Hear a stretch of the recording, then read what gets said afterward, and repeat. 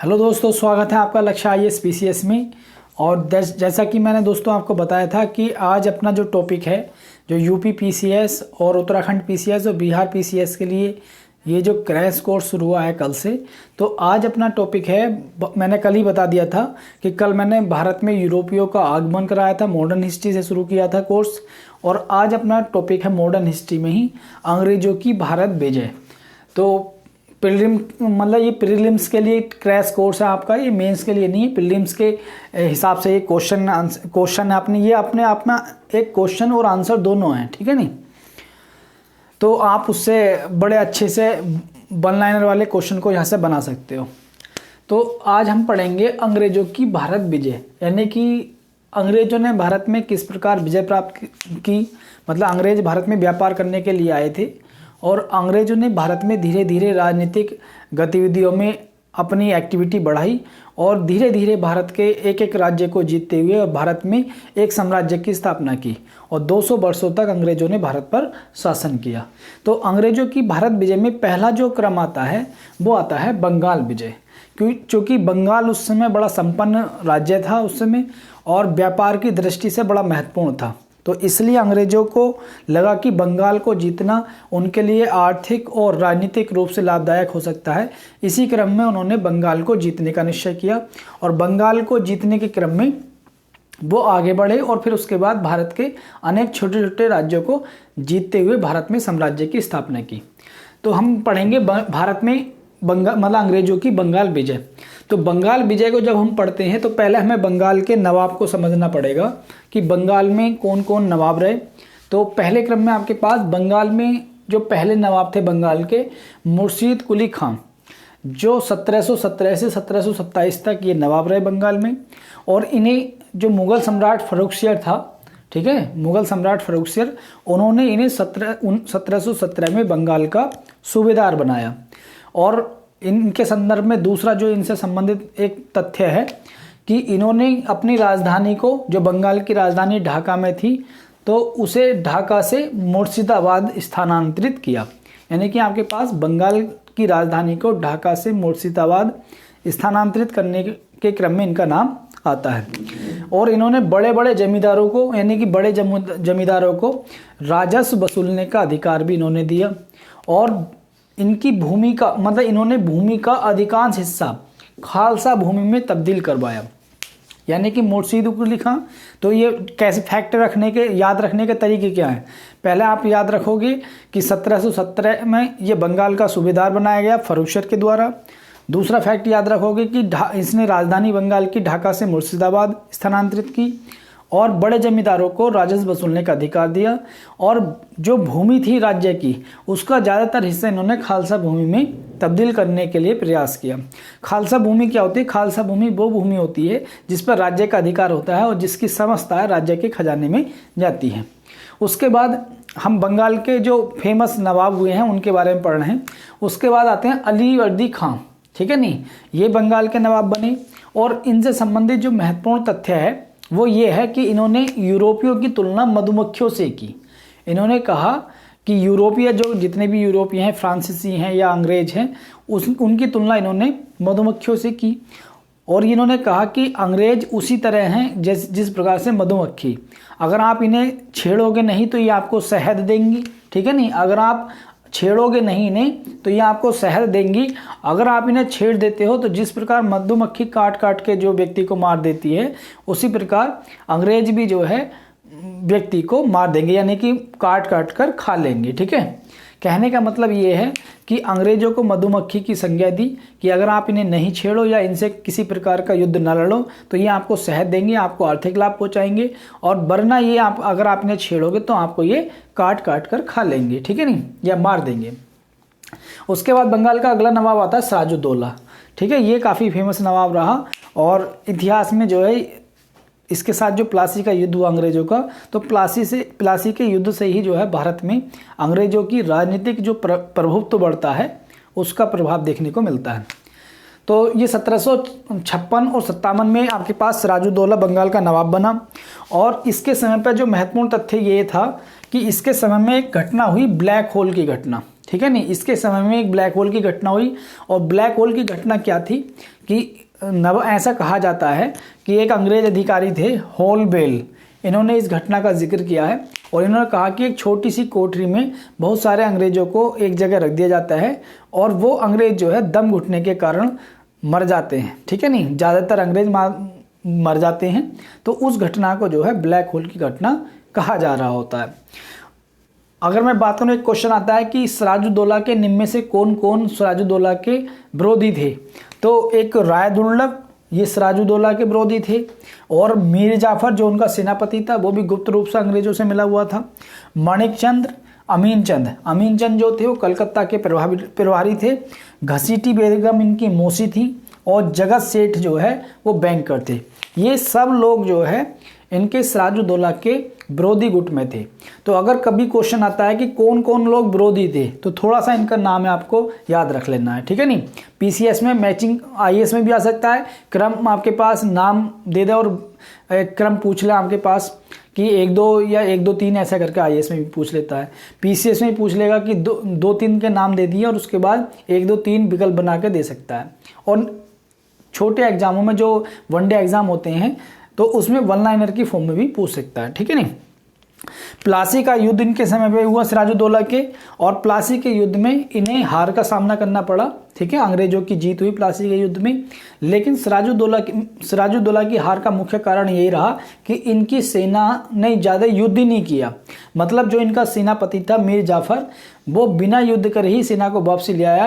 तो इनकी आधी सेना ने युद्ध किया, आधी सेना ने युद्ध नहीं किया।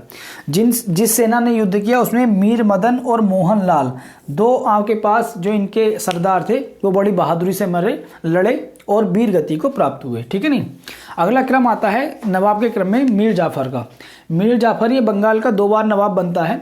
एक बार बनता है 1757 से 1760 तक, और एक बार बनता है 1763 से 1765 तक, ठीक है नहीं। इनके समय पर जब ये आपके पास सिराजुद्दौला को अंग्रेजों ने हरा दिया गया था तो मीर जाफर को उसके बाद नवाब बनाया गया। तो कंपनी ने 24 परगना, जो कलकत्ता के 24 परगना का एरिया है, ठीक है नहीं, उसकी जमींदारी कंपनी ने इनसे ली। जब ये नवाब बने तो इन्होंने कंपनी को गिफ्ट की वो जमींदारी, ठीक है नहीं। जमींदारी का मतलब कंपनी को राजस्व वसूली का अधिकार मिल गया, क्योंकि जिसके पास पैसा होता है जिसके पास आर्थिक ताकत है तो वही राजनीतिक ताकत भी रखता है। और जब कंपनी को राजस्व वसूलने का अधिकार मिल गया, कंपनी का मुनाफा बढ़ा उससे। प्लासी के युद्ध में आपके पास अंग्रेजों को इन्होंने गुप्त सहयोग किया था, यानी कि इन्होंने सिराजुद्दौला का सहयोग नहीं किया था और सेना को बिना युद्ध लड़े ही वापसी आ गए थे, ठीक है नहीं। बक्सर का युद्ध, इनके समय पे बक्सर का युद्ध हुआ 1764 में, और बक्सर का युद्ध जो है जब आपके पास हुआ उस समय बंगाल के नवाब यही थे, ठीक है नहीं। बक्सर का युद्ध हम पढ़ेंगे आगे किस किस के बीच हुआ, लेकिन उस समय बंगाल के नवाब यही थे। इन्होंने बंगाल, बिहार, उड़ीसा में अंग्रेजों को निःशुल्क व्यापार का अधिकार दे दिया, ठीक है नहीं। तो अगर पूछा जाए कि अंग्रेजों को बंगाल, बिहार, उड़ीसा में निःशुल्क मुक्त व्यापार का अधिकार किसने दिया, तो मीर जाफर ने। और व्यापार की अनुमति इसे क्लाइव की, व्यापार की अनुमति दी आपके पास यहाँ से, निःशुल्क व्यापार की। और मीर जाफर को ही रॉबर्ट क्लाइव का गीदड़ की पदवी दी जाती है। अगर क्वेश्चन आए कि रॉबर्ट क्लाइव किस बंगाल के नवाब को रॉबर्ट क्लाइव के गीदड़ की पदवी दी जाती है, तो मीर जाफर। उसके बाद आता है मीर कासिम। मीर कासिम काफ़ी योग्य शासक था और मीर जाफर का ये दामाद था मीर कासिम। और मीर जाफर के बाद मीर कासिम जो है गद्दी पर बैठता है 1760 से 1763 तक। अंग्रेजों को ये आपके पास गद्दी पे बैठने के संदर्भ में आपके पास एक गिफ्ट के रूप में अंग्रेजों को मिदनापुर, बर्धमान और चटगांव इनकी जमींदारी दे देता है, यानी कि अंग्रेज अब इस एरिया से भी राजस्व की वसूली करेंगे। उसके बाद मुगल सम्राट शाह आलम द्वितीय, ठीक है नहीं, अवध का नवाब शुजाउद्दौला के साथ मिलकर इनके साथ मिलकर ये अंग्रेजों के खिलाफ बक्सर का युद्ध लड़ता है 1764 ईस्वी में, ठीक है नहीं। 1764 में बक्सर का युद्ध होता है। मतलब आपके पास मीर कासिम और नवाब शाह आलम द्वितीय, मतलब मुगल सम्राट, और अवध का नवाब शुजाउद्दौला, ये एक साइड रहते हैं और अंग्रेज एक साइड रहते हैं, और युद्ध होता है और इस युद्ध में ये पराजित होता है, ठीक है नहीं। इसके संदर्भ में क्या विशेषता थी इसकी, कि इसने अपनी सेना जो व्यापारियों से चुंगी समाप्त कर दी। भारतीय व्यापारियों से। दरअसल क्या था, अंग्रेजों को मुक्त व्यापार की आपके पास सुविधा मिली हुई थी, तो उससे क्या होता था, भारतीय व्यापारी पिछड़ जाते थे, क्योंकि अंग्रेज फ्री में व्यापार करते थे, भारतीय व्यापारियों पर विभिन्न प्रकार के कर लगते थे। तो मीर कासिम ने देखा कि इससे हमारा हमें तो राजस्व नहीं मिलता अंग्रेजों से, क्योंकि व्यापार के माध्यम से, और हमारे यहाँ के जो व्यापारी हैं वो पिछड़ जाते हैं। तो इसने मीर कासिम ने सब जगह से चुंगी हटा दी। अब भारतीय व्यापारी अंग्रेजों के समकक्ष हो गए, ठीक है नहीं, व्यापार के मामले में। इससे अंग्रेज नाराज हुए और अंग्रेजों ने इसके खिलाफ युद्ध किया और इसे उतारकर मीर जाफर को दोबारा बंगाल का नवाब बना दिया। इसने ये ऐसा बंगाल का नवाब था जिसने आपके पास यूरोपीय तरीके से सेना का गठन किया और खिजरी नामक इसने एक अतिरिक्त कर की व्यवस्था की, ठीक है नहीं। तो ये आपके पास अब हम पढ़ेंगे बंगाल के विभिन्न युद्ध। तो बंगाल के युद्ध के संदर्भ में पहला युद्ध तो आता है बंगाल का, एक नोट और है आपके पास, ठीक है नहीं। एक नोट में यह है कि बेसी टार्ट एक आपके पास अंग्रेज था। जब मीर कासिम को गद्दी पर बैठाया गया मीर जाफर की जगह, तो बेसी टार्ट ने मीर कासिम की गद्दी पर बैठने के क्रम को बंगाल में सत्ता परिवर्तन का नाम दिया, ठीक है नहीं, कि नवाब बनने पर मीर कासिम के इसने कहा कि भारत में सत्ता परिवर्तन हुआ। तो ये कोट याद रखोगे, कभी कभी कोट भी पूछ लिए जाते हैं, ठीक है। एक आपके पास नजमुद्दौला बंगाल के लास्ट नवाब थे। इनके समय पर बक्सर के युद्ध के बाद क्लाइव ने इनसे इलाहाबाद की संधि की, ठीक है नहीं, 1765 ईस्वी में रॉबर्ट क्लाइव ने। तो ये इलाहाबाद की संधि इनसे की थी, इसलिए ये चर्चा में थी, ठीक है नहीं। अब बंगाल के युद्ध की हम बात करें तो बंगाल का पहला युद्ध होता है प्लासी का युद्ध, जो 23 जून 1757 को होता है। नवाब सिराजुद्दौला और अंग्रेजों के बीच। अंग्रेजों का नेतृत्व क्लाइव कर रहा होता है और ये किस नदी के किनारे होता है, भागीरथी नदी के किनारे, ठीक है नहीं, भागीरथी नदी के किनारे ये युद्ध होता है और इसमें सिराजुद्दौला की पराजय होती है, ठीक है।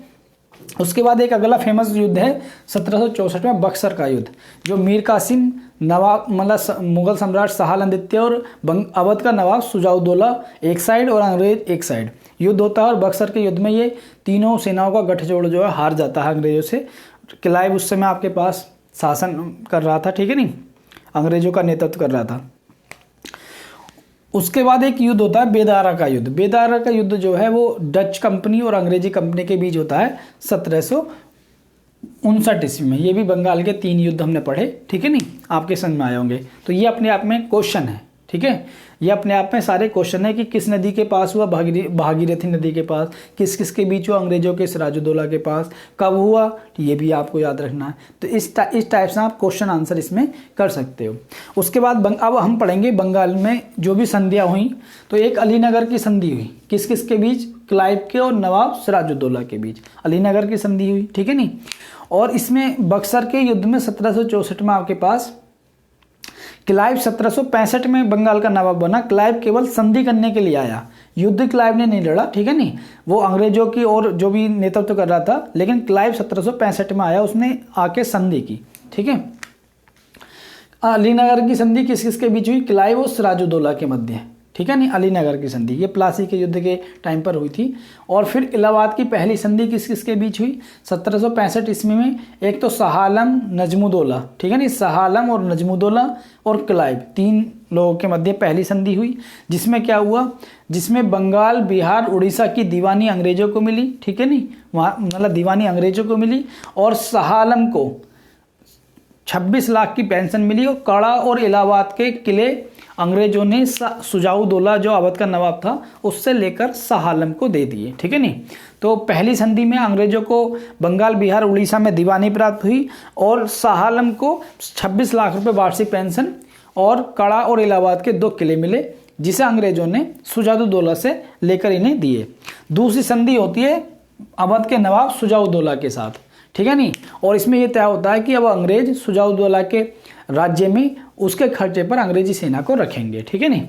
अब देखो क्लाइव का बड़ा रोल रहा, भारतीय जो आपके पास ब्रिटिश कंपनी थी, ईस्ट इंडिया कंपनी, उसे राजनीतिक रूप से स्थापित करने में क्लाइव का बड़ा महत्वपूर्ण रोल रहा। इसलिए क्लाइव के संदर्भ में भी 3-4 आपके पास बातें हैं कि इसे भारत में ब्रिटिश साम्राज्य का भारत में इसे संस्थापक कहा जाता है, रॉबर्ट क्लाइव को, ठीक है नहीं। उसके बाद 2 बार ये बंगाल का गवर्नर बना, एक बार 1757 से 1760 तक और एक बार आपके पास 1765 से 1767 तक, ठीक है नहीं, 2 बार बंगाल का गवर्नर बना।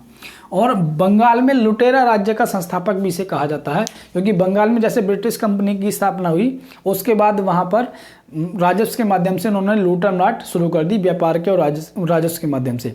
बंगाल जो सूबा भारत में उस समय सबसे धनी सूबा था, सबसे एक आर्थिक रूप से संपन्न था, और बंगाल की सारी अर्थव्यवस्था या आपके पास सारा जो आपके पास उसका वैभव था वो खत्म होता चला गया, और बाद में बंगाल जो है एक आर्थिक रूप से पिछड़े हुए राज्य के संदर्भ में सामने आया। श्वेत विद्रोह का सामना भी क्लाइव के समय हुआ। श्वेत विद्रोह क्या था? जो अंग्रेज सैनिक थे उनका एक विद्रोह था, जिसमें क्लाइव ने उनके मतलब आपके वेतन से संबंधित कुछ नीतियों में चेंज किया था। बंगाल में द्वैध शासन की स्थापना की गई क्लाइव के द्वारा, ठीक है नहीं, ये भी याद रख लेना, क्लाइव के द्वारा। द्वैध शासन क्या था बंगाल में? द्वैध शासन ये था कि बंगाल के प्रशासन को दो जगह बांट दिया गया, यानी कि नवाब पर उत्तरदायित्व रहेगा प्रशासन का, बंगाल की सुरक्षा का, सब कुछ, लेकिन राजस्व वसूली का अधिकार किसके पास रहेगा? कंपनी के पास रहेगा। तो यानी कि नवाब मतलब आपके पास प्रशासनिक व्यवस्थाओं के संदर्भ में नवाब पर जिम्मेदारी रहेगी, लेकिन कंपनी पर कोई जिम्मेदारी नहीं रहेगी, कंपनी केवल राजस्व वसूलेगी, ठीक है नहीं। तो ये आपके पास मैंने आपको बंगाल विजय पढ़ाया और हर प्रकार से मैंने आपको बताया, और ये जो मैं अंडरलाइन करता हूँ ये अपने आप में क्वेश्चन है, तो आप इन क्वेश्चनों मतलब अंडरलाइन वालों को जरूर क्वेश्चन आंसर की फॉर्म में लिख लेना या इन्हें हाईलाइट जरूर कर लेना, ये बड़े महत्वपूर्ण क्वेश्चन है, ठीक है। अब हम पढ़ेंगे अगले क्रम में हम पढ़ते हैं अंग्रेजों की मैसूर विजय, ठीक है दोस्तों। हम अंग्रेजों की जो है विजय के क्रम में, भारत विजय के क्रम में अब हम पढ़ेंगे मैसूर विजय। तो मैसूर विजय आपके पास उस समय अंग्रेजों के टाइम पर मैसूर एक बड़ा ही समृद्ध राज्य था और बड़ा ही शक्तिशाली राज्य था हैदर अली के आपके पास शासनकाल में। तो आपके पास अंग्रेजों मतलब ऐसे क्या कारण थे कि अंग्रेज मैसूर को जीतना चाह रहे थे? तो उसके कुछ कारण ये थे कि एक तो वहाँ की वाणिज्यिक स्थिति, वहाँ व्यापार आपके पास फल फूल रहा था और वो एक धनी आपके पास सूबा था। और दूसरा कारण यही था कि आपके पास अंग्रेजों को अपनी जो सत्ता है उसके लिए मैसूर एक खतरे के रूप में दिखाई दे रहा था, क्योंकि मैसूर फ्रांसीसी जो कंपनी थी उसके साथ गठजोड़ को लेकर अंग्रेजों के लिए चिंता का विषय था। तो इन दो तीन मुख्य कारणों की वजह से अंग्रेजों को मैसूर विजय करनी पड़ी और अंग्रेज आपके पास मैसूर को जीतने के लिए एक प्रकार से मतलब प्रोत्साहित हुए, ठीक है नहीं। तो अगर मैं अंग्रेजों की विजय के क्रम में करूं, अंग्रेजों की भारत विजय के संदर्भ में देखें तो मैसूर में आपके पास जो मजबूत शासक था वो एक हैदर अली था और एक टीपू सुल्तान था, जो हैदर अली का ही लड़का था, ठीक है नहीं। तो अगर मैं बात करूं कि सन 1761 में हैदर अली बोडियार वंश के शासक को हटाकर हैदर अली सन 1761 ईस्वी में मैसूर का शासक बनता है, और उसके बाद डिंडीगुल में फ्रांसीसी आपके पास हैं कंपनी, उनकी मदद लेकर एक आधुनिक शस्त्रागार, यानी कि एक हथियारों का जहाँ भी आपके पास शस्त्र रखे जाते हैं, एक आधुनिक शस्त्रागार की स्थापना करता है हैदर अली आधुनिक तरीके से फ्रांसीसियों की मदद से, और सेना के पुनर्गठन पर ये बल देता है। और ये जागीर प्रथा थी कि आपके पास जागीर दे दी और अपने सरदारों को, और फिर उसके बाद सरदार उसके राजस्व के माध्यम से अपना जो भी भरण पोषण कर रहे होते हैं।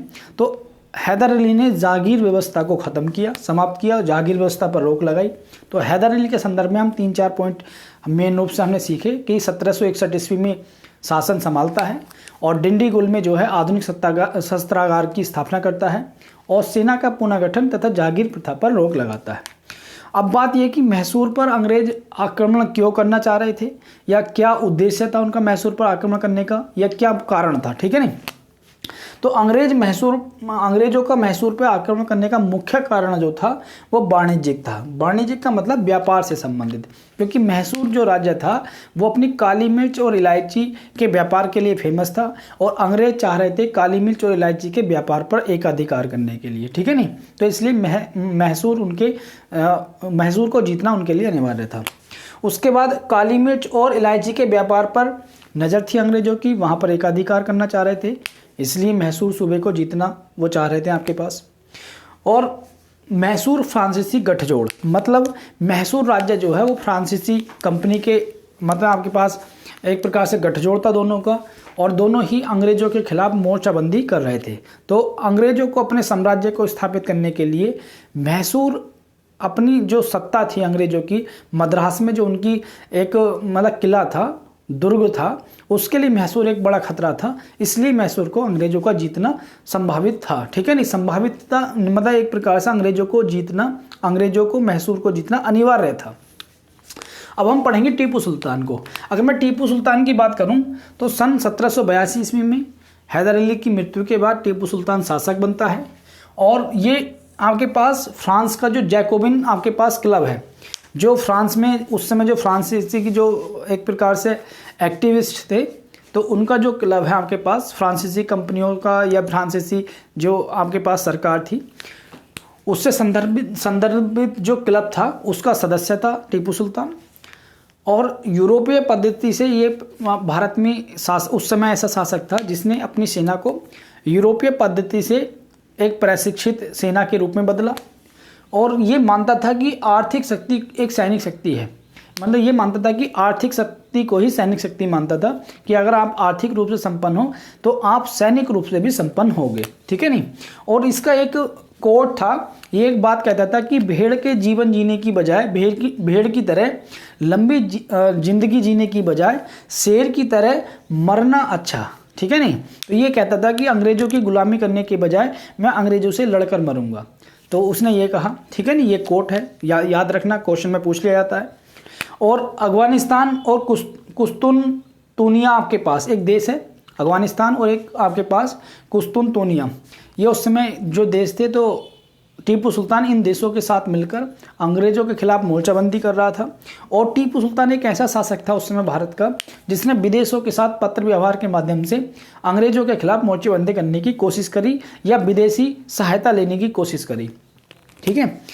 श्रृंगेरी मठ को इसने दान दिया, ये ऐसा पहला मतलब मुस्लिम शासक था जिसने श्रृंगेरी मठ को दान दिया। और ये इसे जो इतिहास में इसे सीधा साधा दैत्य माना जाता है, कि वैसे तो ये बहुत काफ़ी सीधा दिखाई देता था, लेकिन अपनी जो सैनिक कुशलता को लेकर या अपने दृढ़ निश्चय को लेकर या अपनी प्रशासनिक कुशलता को लेकर ये इसे दैत्य भी कहा जाता है, कि यानी छोटी से छोटी चीज़ को जो है बड़े हिसाब से लेता था। और दंडात्मक प्रणाली जो थी इसकी वो काफ़ी जो है एक प्रकार से लोगों में भय उत्पन्न करती थी। फिर रॉकेट का युद्ध में प्रयोग, मतलब टीपू सुल्तान एक ऐसा उस समय जो मैसूर राज्य एक ऐसा था जहाँ पर टीपू सुल्तान के माध्यम से उस समय रॉकेट का यूज़ हुआ। तो ये क्वेश्चन जो है कि युद्ध में रॉकेट का यूज़ करने वाला पहला सुल्तान कौन था या भारत का शासक कौन था, तो इस टाइप से क्वेश्चन बन जाते हैं। ठीक है नहीं। तो जो मैं अंडरलाइन करता हूँ वो अपने आप में क्वेश्चन होता है। अब हम बात करेंगे मैसूर के युद्ध। तो मैसूर के आपके पास अंग्रेजों के साथ 4 युद्ध हुए। ठीक है नहीं। तो पहला युद्ध तो आपके पास हैदर अली और अंग्रेज वेरेल्स्ट आपके पास अंग्रेज हैं, एक जिसने अंग्रेजी सेना का नेतृत्व किया और हैदर अली के बीच लड़ा गया। हैदर अली को इसमें जीत हुई। ठीक है नहीं। और मद्रास की संधि के द्वारा इस युद्ध की समाप्ति हुई। फिर दूसरा विश्व युद्ध कह रहा हूँ मैं, दूसरा आंग्ल मैसूर युद्ध जो है वो हैदर अली टीपू सुल्तान दोनों बाप बेटे लड़ रहे थे, मतलब एक साथ थे। और अंग्रेजों का जो नेतृत्व कर रहा था वो वारेन हेस्टिंग्स कर रहा था। ठीक है नहीं। तो इस युद्ध में जो है थोड़ा सा जो है अंग्रेजों का पक्ष मजबूत रहा, तो कह सकते हैं कि अंग्रेजों की जीत रही। ठीक है नहीं। और इस युद्ध का जो अंत हुआ वो मंगलोर की संधि के माध्यम से हुआ, जो टीपू सुल्तान और वारेन हेस्टिंग्स के मध्य हुई। ठीक है नहीं। उसके बाद इस युद्ध का कारण क्या था? द्वितीय आंग्ल मैसूर युद्ध का कारण यह था कि माहे एक बस्ती थी आपके पास और उस पर अंग्रेजों ने अधिकार कर लिया था। ठीक है नहीं। और मद्रास की जो संधि हुई थी उसका भी अंग्रेजों ने उल्लंघन किया था, जिसमें यह तय हुआ था कि जब कभी भी जो है टीपू को अंग्रेजी सेना की जरूरत पड़ेगी तो अंग्रेज उनका सहयोग करेंगे और अंग्रेजों का टीपू सुल्तान सहयोग करेगा। ठीक है ना। ये हैदर अली के जो मद्रास की संधि हुई थी हैदर अली के टाइम पर, तो अंग्रेजों ने जो है उस संधि का उल्लंघन किया, तो लिहाजा टीपू और अंग्रेजों के मध्य संघर्ष की स्थिति उत्पन्न हो गई। ठीक है नहीं। तो द्वितीय आंग्ल मैसूर युद्ध आपके पास हुआ। उसके बाद तृतीय आंग्ल मैसूर युद्ध आपके पास टीपू सुल्तान और उस समय जो अंग्रेजी नेतृत्व कर रहे थे लॉर्ड कॉर्नवालिस, ठीक है नहीं, इनके मध्य हुआ। और अंग्रेजों के साथ मराठे और निज़ाम में मिले हुए थे। हैदराबाद का निज़ाम और मराठे भी अंग्रेजों का साथ दे रहे थे। इसमें टीपू की हार हुई, टीपू को हार का सामना करना पड़ा और श्रीरंगपट्टनम की संधि करनी पड़ी 1792 इसमें। बड़ा महत्वपूर्ण क्वेश्चन है कि श्रीरंगपट्टनम की संधि कब हुई, 1792 में, किसके बीच हुई, टीपू और अंग्रेजों के बीच हुई। तो श्रीरंगपट्टनम की संधि बड़ी एक प्रकार से अपमानजनक संधि थी। टीपू को हर्जाना भी देना पड़ा युद्ध का, और अपने 2 लड़कों को जो है अंग्रेजों की निगरानी में भी रखना पड़ा, ठीक है नहीं। अब बात आती है चतुर्थ आंग्ल मैसूर युद्ध। ये 1799 ईस्वी में हुआ, और टीपू और अंग्रेजों के बीच, अंग्रेजों का नेतृत्व किसने किया, लॉर्ड बेलिजली ने किया था। और ये काफ़ी साम्राज्यवादी मतलब एक प्रकार से गवर्नर था इंग्लिश कंपनी का।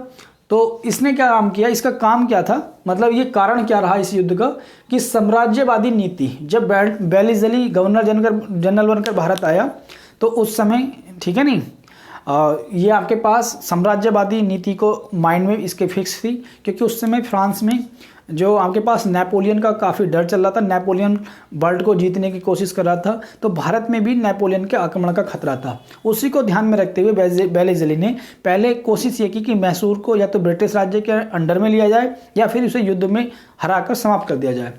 फिर उसके बाद इससे क्या होता कि भारत में जो फ्रांसीसी प्रभाव था उसे कम किया जा सकता है, और अंग्रेजों का विभिन्न व्यापार पर और राजनीतिक प्रभुसत्ता अंग्रेजों पर की स्थापित हो सकती है, ठीक है नहीं, और व्यापार पर एक अधिकार बन सकता है।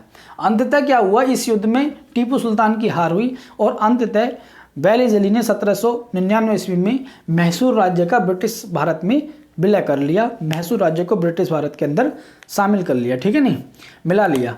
किसके माध्यम से, सहायक संधि के माध्यम से, जो बेलिजली के द्वारा लाई गई थी। सहायक संधि क्या थी, दरअसल विभिन्न राज्यों को जो है ब्रिटिश सत्ता स्वीकार अगर कर लेते थे तो वो राज्य जो है ब्रिटिश जो कंपनी थी उनकी सुरक्षा की गारंटी ले लेती थी, और उस राज्य को ब्रिटिश भारत के अंदर अधीन कर लेते थे, ठीक है नहीं। उसके बाद मैसूर के कुछ हिस्से को जो बोडियार वंश का शासक था उस समय कृष्ण राय, उसे सौंप दिया गया, ठीक है नहीं, कुछ हिस्से को बोडियार वंश के लिए सौंप दिया गया, और बाकी हिस्से को अंग्रेजों ने ब्रिटिश भारत में मिला लिया। और एक आपको ध्यान रखने वाली बात है कि पोर्टो नोवा का युद्ध हैदर अली और अंग्रेजों के मध्य हुआ, और अंग्रेजों का नेतृत्व इसमें चार्ल्स आयर कोट ने किया, ठीक है ना। ये पॉइंट भी नोटेड है, नोट करने वाला है, आपको याद करने वाला है। तो दोस्तों इस प्रकार मैंने आपको आज का जो अपना लेक्चर था कि अंग्रेजों की भारत विजय के संदर्भ में मैंने आपको बंगाल विजय के संदर्भ में बताया, और मैसूर विजय के, ये 2 बड़े स्टेट जो है अंग्रेजों ने, आज के लेक्चर में हमने देखा कि अंग्रेजों ने कैसे जीते। और इसी भारत की विजय के संदर्भ में अब हम आगे के जो लेक्चर होंगे उसमें मराठा साम्राज्य को कैसे अंग्रेजों ने जीता उसे पढ़ेंगे, पंजाब को कैसे जीता, और अवध को कैसे जो है अंग्रेजों ने अपने साम्राज्य में मिलाया। तो इन 3 स्टेट के बारे में हम पढ़ेंगे नेक्स्ट लेक्चर में। अगर दोस्तों देखो ये जो प्रश्न है ये केवल एक IAS PCS इनके लिए तो महत्वपूर्ण है ही, ठीक है नहीं। जो क्रैश कोर्स है PCS का को हम UP PCS है, उत्तराखंड PCS है, या 67 BPSC है, लेकिन ये हर एग्जाम के लिए महत्वपूर्ण है, चाहे आप वनडे एग्जाम कोई भी एग्जाम दे रहे हो, SSC का, बैंक का आपके पास, या टीचिंग के कोई एग्जाम दे रहे हो, तो सभी के लिए महत्वपूर्ण है, ठीक है नहीं। और अगर दोस्तों आपको मेरे प्रयास आपको लग रहा है कि हाँ ये क्रैश कोर्स आपकी तैयारी में मदद कर रहा है, आपको प्रयास अच्छे लग रहे हैं, तो चैनल को सब्सक्राइब कीजिए, और बराबर में जो आपके पास बेल आइकन होता है उस पर भी क्लिक कीजिए ऑल पर, तो सारे वीडियो के नोटिफिकेशन आपको मिलते रहेंगे जैसे जैसे क्लास आती रहेगी। और हम इसमें जैसे हिस्ट्री को शुरू कर रहे हैं और करंट अफेयर्स को 2021 के सारे करंट अफेयर्स को टॉपिक वाइज कंप्लीट करेंगे। और आपके पास जैसे स्टेट UP है या उत्तराखंड है या बिहार है, यहाँ के स्टेट की करंट को भी कवर करेंगे और स्टेट के स्पेशल को भी कवर करेंगे। तो ठीक है दोस्तों, बने रहिए आप लक्ष्य IAS के साथ, और चैनल को लाइक और सब्सक्राइब करें। अगर आपको लगता है कि नॉलेज लोगों के लिए फ़ायदा हो कर सकते हैं तो ज़्यादा से ज़्यादा वीडियो को शेयर करें, ताकि उन लोगों तक भी ये ज्ञान पहुंचे जो लोग आपके पास कोचिंग नहीं कर सकते, या जो आपके पास बड़े शहर में आकर तैयारी नहीं कर सकते, और वो भी आपके पास एग्जाम में क्वालिफाई होना चाहते हैं। तो ठीक है दोस्तों, मिलते हैं फिर नेक्स्ट वीडियो में अपने पास नेक्स्ट टॉपिक के साथ। टॉपिक तो यही रहेगा अंग्रेजों की भारत विजय, लेकिन हम फिर मराठा विजय, पंजाब और अवध की विजय को देखेंगे, ठीक है।